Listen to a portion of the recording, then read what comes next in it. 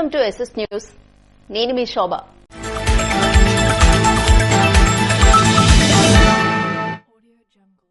Nimmada SC కాలనీకి చెందిన కొంచాడ నీలమ్మ అనే విద్యార్థిని డెంగ్యూ జ్వరంతో మృతి చెందింది.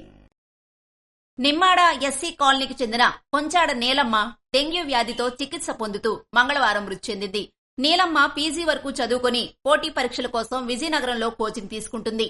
నీలమ్మ ఈ నెల 1వ తేదీన సదరన్ పింఛన్ కోసం స్వగ్రామానికి వచ్చింది.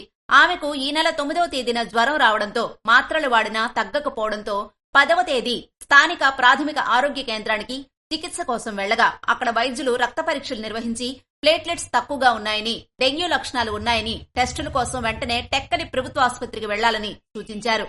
అయితే టెక్కలి ఆసుపత్రిలో తాము వెళ్లేసరికి వైద్యులు అందుబాటులో ఉండరని, మరుసటి రోజు కూడా ఆదివారం కావడంతో ఇక్కడికి వైద్యులు అందుబాటులో ఉండరని తెలుసుకుని నరసనపేటలో ఓ ప్రైవేట్ ఆసుపత్రిలో చేర్పించగా వారు పరీక్షలు నిర్వహించి డెంగ్యూ వ్యాధి సోకిందని, అందుకే భారీగా ప్లేట్లెట్స్ పడిపోయాయని వెంటనే శ్రీకాకుళం రిమ్స్ కు వెళ్లాలని సూచించారు. దీంతో నీలమ్మను శ్రీకాకుళం రిమ్స్ ఆసుపత్రికి సోమవారం తరలించగా ఆమె చికిత్స పొందుతూ మంగళవారం మృతి చెందిందని బంధువులు తెలిపారు. నీలమ్మ తల్లిదండ్రులు హరి, ఎర్రమ్మ కూలీ నాలీ చేసుకుని నీలమ్మకు పీజీ వరకు చదివించామని, కొద్ది రోజుల్లోనే ఉద్యోగం వస్తుందని అనుకునే లోపే తమకు దేవుడు అన్యాయం చేశాడని కుటుంబ సభ్యులు, బంధువులు లబోదిబోమంటున్నారు. నీలమ్మ మృతితో గ్రామంలో విషాద ఛాయలు అలుముకున్నాయి. అయితే పీహెచ్సీ వైద్యులు తమను పట్టించుకోలేదని వెంటనే నీలమ్మకు శ్రీకాకుళం రిమ్స్ కు తరలించి ఉంటే బతికేదని తల్లిదండ్రులు, బంధువులు వాపోతున్నారు. నిమ్మాడ ఎస్సీ కాలనీలో పారిశుధ్య పనుల నిర్వహణ కొరవడిందని, ఆరోగ్యంగా ఉండే నీలమ్మ ఇక్కడికి వచ్చి డెంగ్యూ బారిన పడి మృతి చెందిందని ప్రతినోటా వినిపిస్తుంది. ఈ విషయంపై నిమ్మాడ పీహెచ్సీ వైద్యాధికారి డాక్టర్ సురేష్ కు వివరణ కోరగా తమ వద్దకు నీలమ్మ ఈ నెల 10వ తేదీన చికిత్స కోసం జ్వరంతో వచ్చిందని, రక్త పరీక్షలు నిర్వహించి 90,000 ప్లేట్లెట్స్ ఉన్నాయని, డెంగ్యూ లక్షణాలు ఉన్నాయని, పరీక్షలకు సంబంధించిన సౌకర్యాలు ఇక్కడ లేకపోవడంతో టెక్కలి జిల్లా ఆసుపత్రికి వెళ్లమని సూచించామని, అయితే వారు అక్కడికి వెళ్లలేదని తెలిపారు. కూటమి ప్రభుత్వ పాలనలో రైతే రాజు అని శ్రీకాకుళం ఎమ్మెల్యే గొండు శంకర్ పేర్కొన్నారు. 5 ఏళ్ల వైసీపీ పాలనలో రైతులకు సాగునీరు అందక, పండించిన పంటలకు గిట్టుబాటు ధర లేక, ధాన్యం కొనుగోలు చేయక రైతులు పూర్తిగా అప్పుల ఊబిలో నెట్టిందని, కూటమి ప్రభుత్వ పాలనలో రైతే రాజని శ్రీకాకుళం ఎమ్మెల్యే గొండు శంకర్ అన్నారు. మండలంలోని అంపోలు పంచాయతీ లింగాలవలస లిఫ్ట్ ఇరిగేషన్ వద్ద వంశధార కుడికాలువలోకి నీటిని బుధవారం విడిచిపెట్టారు. ఈ సందర్భంగా ఎమ్మెల్యే గొండు శంకర్ మాట్లాడుతూ గత ప్రభుత్వ హయాంలో వంశధార కుడికాలువ ద్వారా సాగునీటిని సకాలంలో అందజేయకపోవడంతో రైతులు నానా అవస్థలు పడ్డారని తెలిపారు. కాలువల్లో పూడికలు, గుర్రపు డెక్క మూలంగా సాగునీటి ప్రవాహానికి అడ్డంకిగా నిలిచిందన్నారు. మరోవైపు కాలువలకు షట్టర్లు లేవు, కొన్ని చోట్ల షట్టర్లు పాడైపోయాయి. కనీసం కాలువల్లో గుర్రపు డెక్కను సైతం తొలగించలేదని చెప్పారు. గత పాలకుల, అధికారుల అనాలోచిత నిర్ణయాల కారణంగా రైతులు తీవ్రంగా నష్టపోయారని తెలిపారు.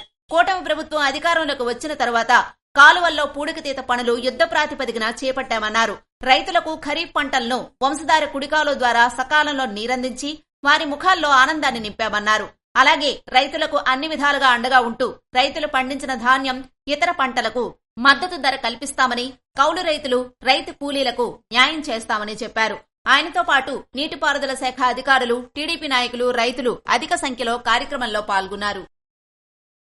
రాష్ట్ర ప్రభుత్వం రెవెన్యూ సమస్యల పరిష్కారానికి రెవెన్యూ సదస్సుల నిర్వహణకు ఆదేశాలు ఇవ్వడం జరిగిందని జిల్లా కలెక్టర్ స్వప్నిల్ దినకర్ ఆదేశించారు.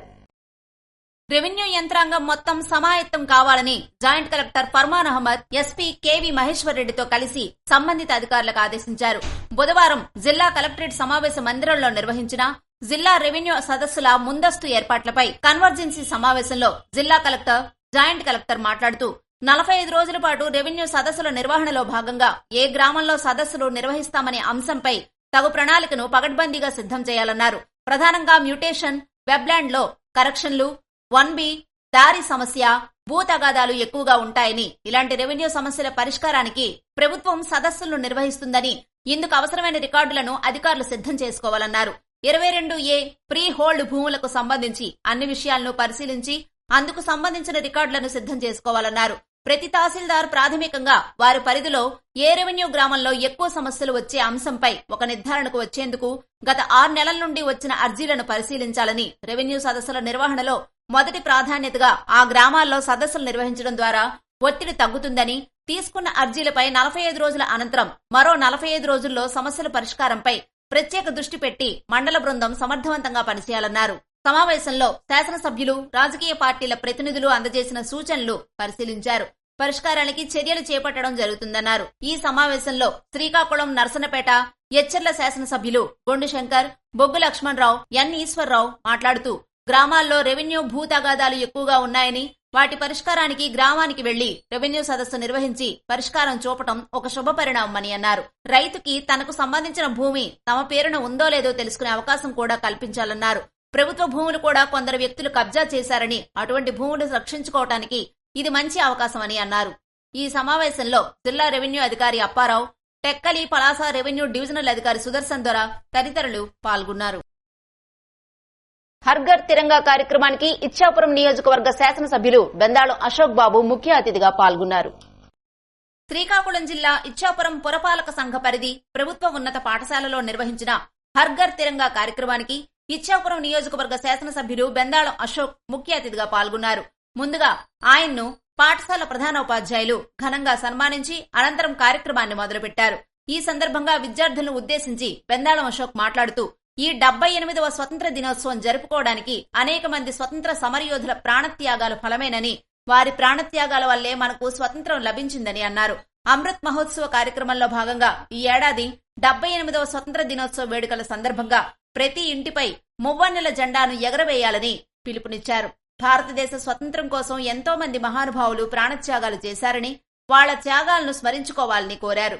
ప్రతి విద్యార్థి దేశభక్తిని పెంపొందించుకుని భారతదేశం గొప్పతనాన్ని ప్రపంచానికి చాటి చెప్పాలని తెలిపారు.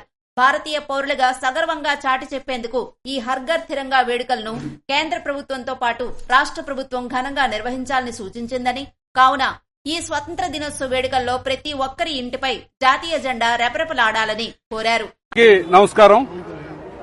ముందుగా ప్రజలందరికీ కూడా 78వ స్వాతంత్ర దినోత్సవ శుభాకాంక్షలు తెలియజేసుకుంటున్నాం. ఈరోజు కేంద్ర ప్రభుత్వం పిలుపు మేరకు ఈరోజు రాష్ట్ర ప్రభుత్వంలో ఉన్నటువంటి కూటమి అభ్యర్థులందరం కలిసి హర్ ఘర్ కా తిరంగా అనే ఒక కార్యక్రమాన్ని ఈరోజు ఇక్కడ విద్యార్థులతో కలిసి సెలబ్రేట్ చేసుకుంటున్నాం. ప్రతి ఒక్క ఇంటి మీద కూడా జాతీయ జెండా ఎగరాలి, ప్రతి ఒక్కరిలో కూడా స్వతంత్ర స్ఫూర్తి రగలాలి అని చెప్పి ఈరోజు ప్రభుత్వం తీసుకున్నటువంటి ఈ నిర్ణయం చాలా స్వాగతించదగినటువంటి నిర్ణయం. ముఖ్యంగా పిల్లలకి, మన ముందు తరం వాళ్ళు పడినటువంటి కష్టాలు, ఈ స్వతంత్రం కోసం వాళ్ళు చేసినటువంటి ప్రాణత్యాగాలు ప్రతి ఒక్కరికి తెలియాలి అనే ఉద్దేశంతో ఈ కార్యక్రమాన్ని చాలా అద్భుతంగా నిర్వహిస్తున్నారు. మరి ఈ కార్యక్రమంలో భాగస్వామ్యం చేసినందుకు ఇక్కడ ఉన్నటువంటి వారందరికీ కూడా నా హృదయపూర్వక అభినందనలు తెలియజేసుకుంటున్నాను. ఈ కార్యక్రమాన్ని పెద్ద ఎత్తున ప్రతి ఒక్క ఇంట్లో కూడా ఈ కార్యక్రమం జరిగేలాగా అన్ని చర్యలు కూడా తీసుకుని ప్రతి ఒక్కరికి కూడా మన పెద్దలు, మన స్వతంత్ర సమరయోధులు చేసినటువంటి ప్రతి త్యాగాన్ని తాలూకా ఫలితాన్ని ప్రజలకు అందించేలాగా మా కూటమి ప్రభుత్వం ముందుకెళ్తుందని ముఖ్యంగా తెలియజేసుకుంటూ, మరి ఇక్కడ ఉన్నటువంటి పిల్లలు కూడా ఈ జాతీయ స్ఫూర్తిని రగుల్చుకుని వాళ్ళు చేసినటువంటి త్యాగాలకి నిజమైనటువంటి సార్థకత అందేలాగా వాళ్ళు కూడా తయారవ్వాలని ఆ భగవంతుడికి ప్రార్థిస్తూ జై హింద్. అనంతరం నిర్వహించిన ర్యాలీలో ఆయన విద్యార్థులతో పాల్గొన్నారు. జాతీయ పతాకాలు చేతపట్టిన విద్యార్థులు భారత్ మాతాకి జై అంటూ నినాదాలు చేశారు. కార్యక్రమంలో ఇచ్చాపురం నియోజకవర్గ జనసేన సమన్వయకర్త దాసర్ రాజు, ఇచ్చాపురం నియోజకవర్గ బీజేపీ సమన్వయకర్త బుద్దల నిర్మలాదేవి, బీసీ సాధికార సమితి అధ్యక్షులు కొండా శంకర్ రెడ్డి తదితరులు పాల్గొన్నారు. క్యాన్సర్ వ్యాధి నిర్మూలనకు మనమంతా భాగస్వామ్యం కావాలని గొండు శంకర్ పేర్కొన్నారు. ప్రజల ప్రాణాలను కబళిస్తున్న మహమ్మారి క్యాన్సర్ వ్యాధిని అరికట్టాలన్న ప్రభుత్వ ఆశయాన్ని నెరవేర్చే బాధ్యత ప్రైవేటు మెడికల్ ప్రాక్టీషనర్స్ పై ఉందని శ్రీకాకుళం ఎమ్మెల్యే గొండు శంకర్ అన్నారు.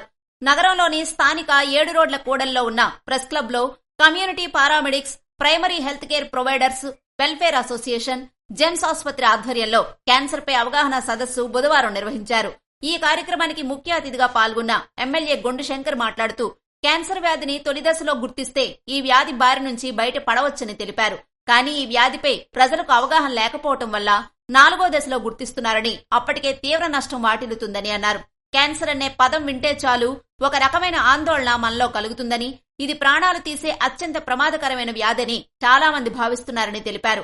క్యాన్సర్ ఉన్న చాలా మంది ఒకానొక సమయంలో బాగా బరువు తగ్గిపోతుంటారని చెప్పారు. 5 లేదా అంతకంటే ఎక్కువ కేజీలు బరువు తగ్గిపోవడాన్ని క్యాన్సర్ తొలి సంకేతకంగా చూడొచ్చని పేర్కొన్నారు. ప్యాంక్రియాస్, కడుపు, ఊపిరితిత్తుల క్యాన్సర్, అన్నవాహిక క్యాన్సర్ వచ్చినప్పుడు ఇలా జరుగుతూ ఉంటుందని వివరించారు.